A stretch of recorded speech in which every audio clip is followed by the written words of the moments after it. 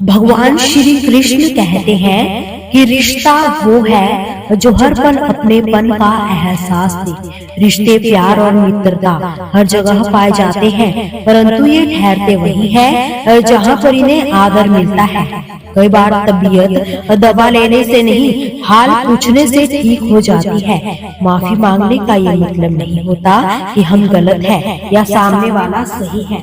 इसका मतलब यही है कि हम रिश्तों को अपने अहंकार से ज्यादा महत्व देते हैं।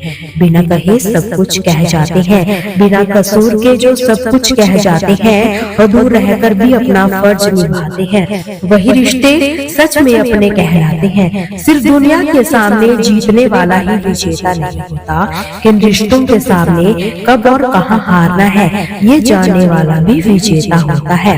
अपने वो नहीं होते जो आपके रोने पर आपके काम आए, अपने तो वो होते हैं जो आपको रोने ही ना दे। आप दुनिया से लड़ लेना, लेकिन कभी भी अपनों से नहीं लड़ना, क्योंकि अपनों के साथ आपको जीतना नहीं है, बल्कि उनके साथ तो जीना है। जीवन का एक कड़वा सच ये भी है कि आप किसी के लिए तब तक खास है जब तक उसको आपसे बेहतर कोई और नहीं मिल जाता। जो माफी मांगते हैं वो ये साबित नहीं करते कि वो गलत थे, आप सही नहीं, आप सही, बल्कि उन रिश्तों को निभाने की काबिलियत आपसे ज्यादा है।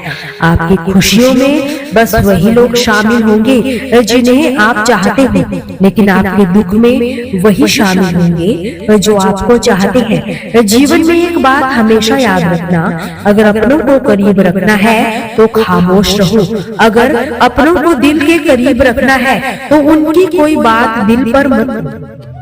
जब कोई भी समय मिले तो अपने दिल की बात अपनों से कह दिया करो। और बहुत दिनों तक खामोश रिश्ते ज्यादा दिनों तक जिंदा नहीं रह पाते। जीवन में वही रिश्ता सफल होता है जो दुनिया की मजबूरियों से ज्यादा अपने दिल के जज्बातों की परवाह करता है। जो इंसान सफलता की ऊंचाइयों पर होता है वो अपने आप को भूल जाता है, और जब बर्बादी की कगार पर हो जाता है तो अपनों को भुला देता है। एक समय की बात है, एक गांव में दो भाई रहा करते थे और दोनों ही बड़े स्नेह के साथ रहते थे। कोई चीज लाते तो एक दूसरे के परिवार के लिए भी अवश्य लाते। छोटा भाई भी सदा बड़े को आदर तथा सम्मान की दृष्टि से देखता। एक दिन किसी बात पर दोनों में कहा सुनी हो गई। छोटे भाई ने बड़े भाई को अपशब्द कह दिया। वहीं से दोनों के रिश्ते में खटास आ गई। पूरा एक साल बीत गया, लेकिन दोनों में से किसी ने एक दूसरे से बात तक करने की कोशिश नहीं की। जब छोटे भाई की बेटी की शादी का अवसर आया तो उसने सोचा कि बड़े तो बड़े ही होते हैं, मैं उन्हें मना लेता हूँ। उसने भाई से बीती बातों की क्षमा मांगी और घर का विवाह कार्य संभालने का निवेदन किया, लेकिन बड़ा भाई मन में बात लेकर बैठा था, इसलिए उसने विवाह में जाने से मना कर दिया। इससे छोटा भाई भी दुखी हुआ, लेकिन उसने ठान लिया कि किसी भी तरह भाई को मना कर ही रहूंगा। विवाह के लिए काफी कम दिन बचे थे। छोटे भाई के प्रयास लगातार जारी थे। एक दिन एक रिश्तेदार ने छोटे को बताया, तुम्हारा भाई रोज एक महाराज जी के सत्संग सुनने जाता है, उनकी सारी बातें वो मानता है। इसके बाद छोटा भाई उन संत के पास पहुंचा और पिछली सारी बात बताते हुए अपनी गलती के लिए क्षमा याचना की और पश्चाताप व्यक्त किया।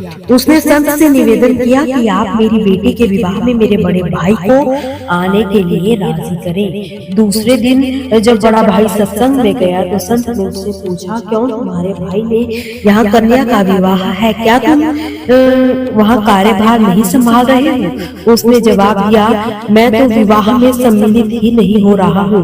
कुछ वर्ष पूर्व मेरे भाई ने मुझे ऐसे कड़वे वचन बोले थे जो आज भी मेरे हृदय में कांटों की तरह खटक रहे हैं। संत जी ने कहा, सत्संग के बाद मुझसे मिलकर जाना। सत्संग समाप्त होने के बाद बड़ा भाई संत के पास पहुंचा तो उन्होंने पूछा, मैंने बीते रविवार को जो प्रवचन दिया था उसमें क्या कहा था? कुछ देर सोचने के बाद वो हाथ जोड़कर बोला, माफी चाहता हूँ, मुझे कुछ याद नहीं आ रहा।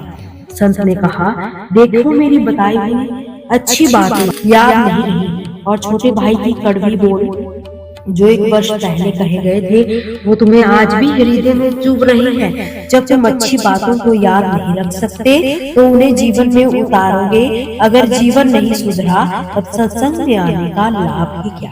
इसलिए यह सुनकर बड़े भाई की आंखें खुल गई और उसने आत्मचिंतन कर स्वीकार किया कि वास्तव में हम सब कड़वे शब्दों को दिल में बसाकर गांठ बांध देते हैं। जीवन भर उसे सोचकर अपने जीवन में दूसरों के प्रति नफरत बढ़ाते हैं, लेकिन बात करके उसे सुलझाने का प्रयास नहीं करते, क्योंकि हमारा अहंकार हम पर हावी हो जाता है। इसके बाद बड़े भाई ने संत से भूल की क्षमा मांगी और अपने भाई को माफ कर दिया।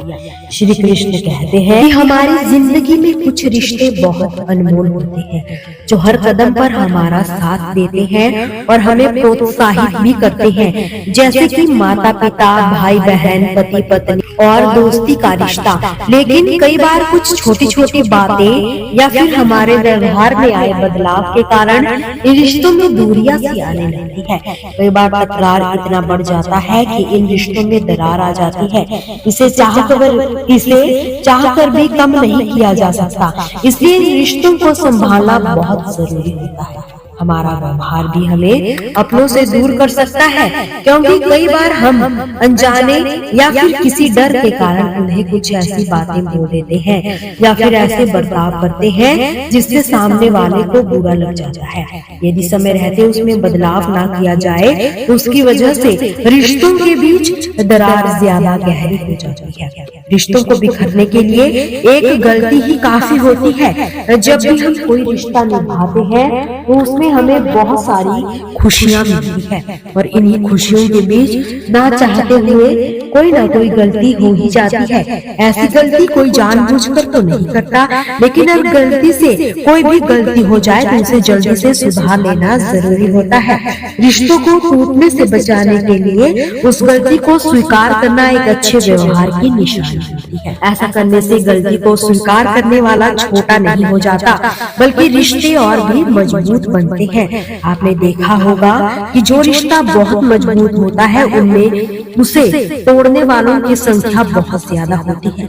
अक्सर लोग दूसरों के अच्छे रिश्ते या खुश परिवार को देखकर जलते हैं। कई लोग ऐसे मिल जाते हैं जो आपके हंसते खेलते रिश्ते को तोड़ने की कोशिश करेंगे। इसलिए आपका एक दूसरे पर विश्वास करना जरूरी है। चाहे लाख कोई बाहर वाला अगर आपके खिलाफ शत्रु से भड़का रहा हो, आप अपने साथी या चाहे जो भी रिश्ते में हो उस पर विश्वास रखें। ऐसा कभी नहीं सोचे कि आपका साथी आपको धोखा दे रहा है। कभी भी दूसरे की बात सुनकर उनके बहकावे में मत आना। दोस्तों, आपसे फिर मुलाकात होगी श्री कृष्ण के अनमोल विचारों के साथ। हमसे जुड़े रहने के लिए हमारे चैनल को सब्सक्राइब जरूर कीजिए। वीडियो को लाइक और शेयर करना बिल्कुल भी ना भूलिए। कमेंट में जय श्री कृष्णा जरूर लिखिए।